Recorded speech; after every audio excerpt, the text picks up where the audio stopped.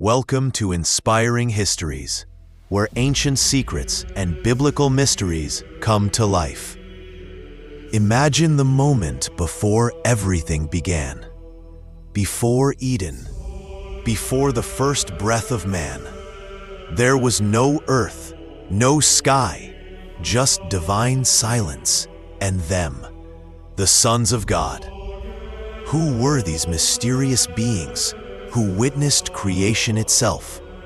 Why are they only mentioned in whispers between verses?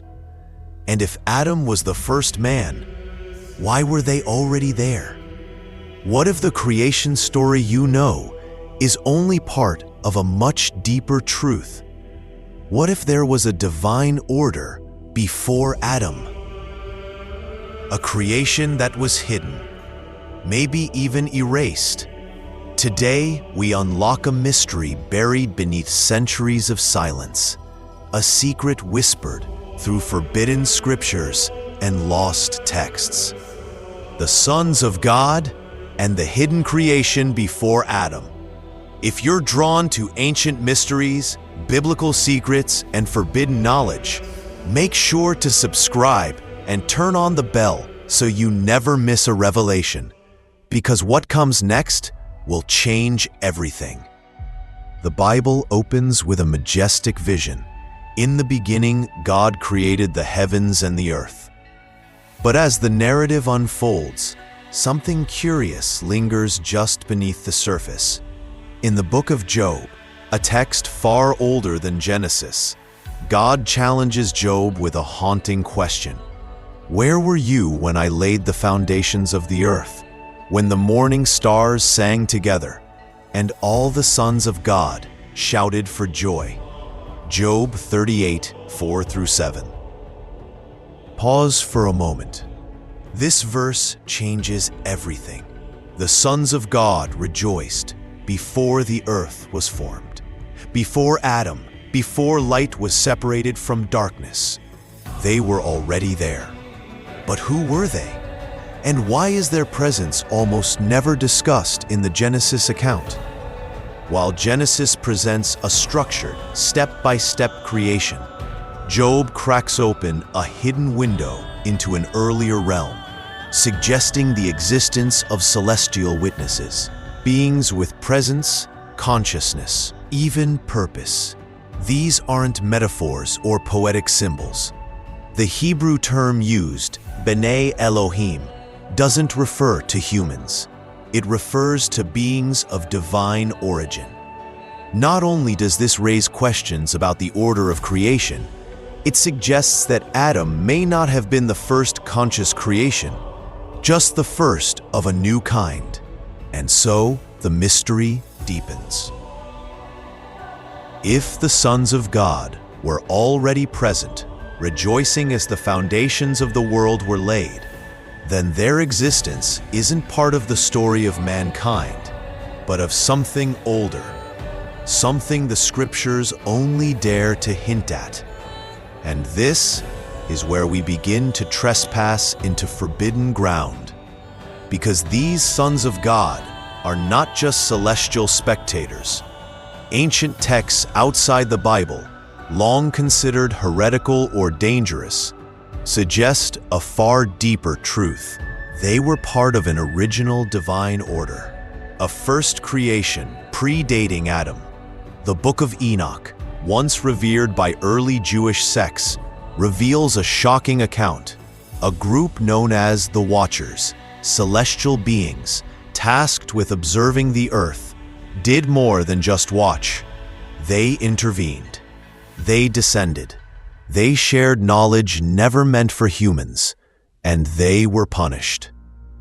These weren't random rebels. They were the same sons of God later mentioned in Genesis 6. But here, we see their origin, a powerful order of divine beings, existing long before Adam, whose fall began not on earth, but in heaven. The Dead Sea Scrolls, hidden for nearly 2,000 years, add further shadows to the picture. They describe cosmic rebellions, failed creations, and realms of light and darkness, locked in war before man ever drew breath. And if this is true, then Adam was not the first attempt. He was the replacement, a correction, a restart.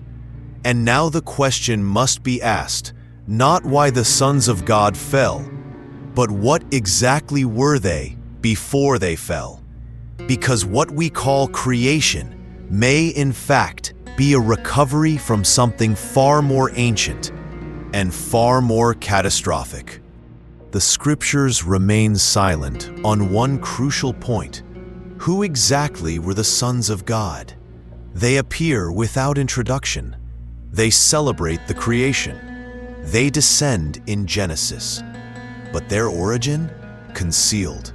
To unravel their true identity, we must now go further into the intersections of scripture, myth, and esoteric tradition. One dominant theory, long held by early Jewish and Christian scholars, is that the sons of God were angels. But not just any angels. They were part of an elite order, not the messengers, but the governors, beings of rank and presence who stood in the highest courts of heaven. They are echoed in the book of Daniel as princes over nations, and in Psalms 82 as the divine council, celestial judges standing in assembly. But if they were angels, their actions tell a different story. Angels are messengers obedient. The sons of God, as described in the book of Enoch and echoed in Genesis, chose. They crossed boundaries. They took knowledge meant for the heavens and gave it to the earth. This leads to a second, more arcane theory: the sons of God as pre-existing souls. Jewish mysticism, particularly Kabbalistic thought, speaks of souls that predated creation, primordial sparks of divine consciousness, born from earlier emanations. They existed in spiritual realms before the world was formed. Some fell, some were exiled. This echoes the haunting line from the book of Jeremiah: "Before I formed you in the womb, I knew you."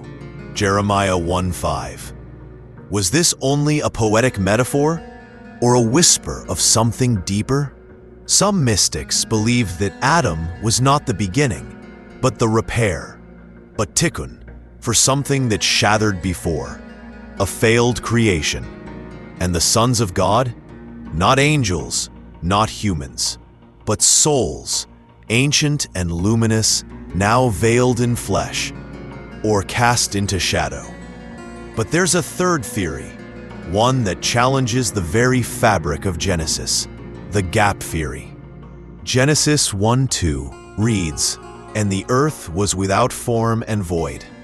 But in Hebrew, was can also mean became. What if the earth became void because it once was something else? A previous creation, forgotten, judged, destroyed. Ancient Mesopotamian myths speak of divine beings who crafted worlds and watched them fall. Egyptian legends of the Ism echo similar tales, divine orders lost in flame. Could the sons of God have been part of that first world? One that fell into chaos, requiring a new beginning? A beginning we call Adam. If the sons of God were remnants of a creation before Adam, whether angels, ancient souls, or divine beings from a lost world, then their descent into the human realm wasn't just rebellion. It was transgression of cosmic law. According to the Book of Enoch, they were known as the Watchers, beings who were never meant to interfere, only to observe. But something changed. Desire, curiosity, or perhaps pity for mankind led them to descend. But they didn't come empty-handed. They brought with them forbidden knowledge, skills and secrets humanity was never meant to possess. According to Enoch, These watchers taught men the art of warfare, metallurgy, enchantments, astrology, cosmetics, root cutting, and divination. In short, they ignited a premature awakening, a surge of knowledge before moral maturity, and it shattered the intended order of creation. The ancient Jewish text, Sefer HaRazim, speaks of angelic hierarchies guarding specific knowledge, only to be accessed by divine sanction. But the Watchers bypassed that system. They gave humans access to tools that mirrored divine power, and with that, corruption spread like wildfire. Mystics warn that this moment, the opening of the gates of heaven, was not enlightenment, but a cosmic breach, one that rippled through creation, destabilizing the delicate balance between heaven and earth. This wasn't just disobedience, it was contamination. The result? The emergence of the Nephilim, hybrid offspring, neither fully divine nor fully human. Beings with immense power, unchecked desire, and alien purpose. But more than the Nephilim themselves, it was the knowledge they inherited that terrified the divine realm. Gnostic texts whisper that the true danger wasn't the rebellion, but that man might rise too quickly, grasping secrets once reserved for the divine. As in the myth of Prometheus, who stole fire for humanity and was condemned, the sons of God gave fire too soon. In Kabbalistic tradition, this moment is seen as a shattering of vessels, the breaking point between light and chaos. And so the divine response wasn't just judgment, it was containment.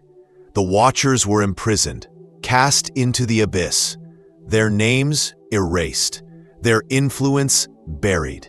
But their knowledge, that could never be fully undone. And as we'll soon discover, that knowledge may have survived the flood, hidden in stone, encoded in myth, and preserved by those who walk unseen among us. The knowledge shared by the sons of God had spiraled out of control. Humanity was no longer innocent. It was advancing too quickly, guided by hands not of this world. And so came the verdict, not simply punishment, but reset. The Bible tells us, "And God saw that the wickedness of man was great, and it grieved him to his heart." Genesis 6:5-6. But what if the flood wasn't just a response to human sin, but a calculated act of historical erasure? A cleansing, yes, but also a cover-up. The Book of Jubilees, a text once revered in ancient Judaism, claims that the Watchers' corruption reached every corner of the earth. Their offspring, the Nephilim, dominated the land. Their knowledge rewrote the order of civilization. It could not be allowed to survive.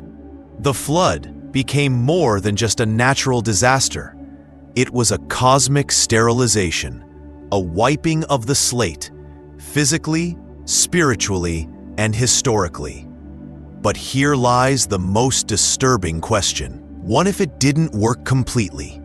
Scattered across the globe are echoes that refuse to vanish, megalithic sites with impossible engineering, burial mounds and caves said to house giants in Malta, in Ireland, in the Americas. Oral traditions from the Hopi to the Sumerians, speaking of a time before this time, of beings not like us, and a great deluge meant to bury the memory. Even in Greek mythology, Zeus floods the earth to destroy the Titans, children of gods and mortals, a parallel too exact to dismiss. But perhaps the most chilling remnants aren't buried in stone, but hidden in plain sight. Rituals, symbols, societies, from the Freemasons to Rosicrucians, groups obsessed with the ancient knowledge, guarding truths the world was never meant to recover. Could it be that the knowledge of the sons of God was not lost, only hidden? Encoded into myth, transformed into mystery religions, waiting for a time like ours, a time when the veil thins, when digital light replaces divine fire, and ancient knowledge, once sealed away, begins to reawaken. So now we return to the question that started it all. Was Adam truly the beginning, or merely the beginning again? The sons of God, once witnesses to divine creation, became keepers of forbidden knowledge, and in some cases, its destroyers. But the flood didn't erase everything. The symbols survived, the names lingered in myth, and some believe the Watchers never left. Could it be that what was hidden in ancient scrolls and sealed beneath the earth is now re-emerging in the digital age? That forgotten patterns are being revived under new forms, code instead of stone, frequency instead of fire. And if so, then we are not just discovering ancient truth, we are stepping into its consequences. Are you ready to face it? Tell me in the comments, do you believe the sons of God still watch us even now? And if this journey stirred something inside you, don't forget to subscribe, like, and hit the bell to be the first to uncover what they tried to bury. Because the truth is always there, but only those who seek will see it.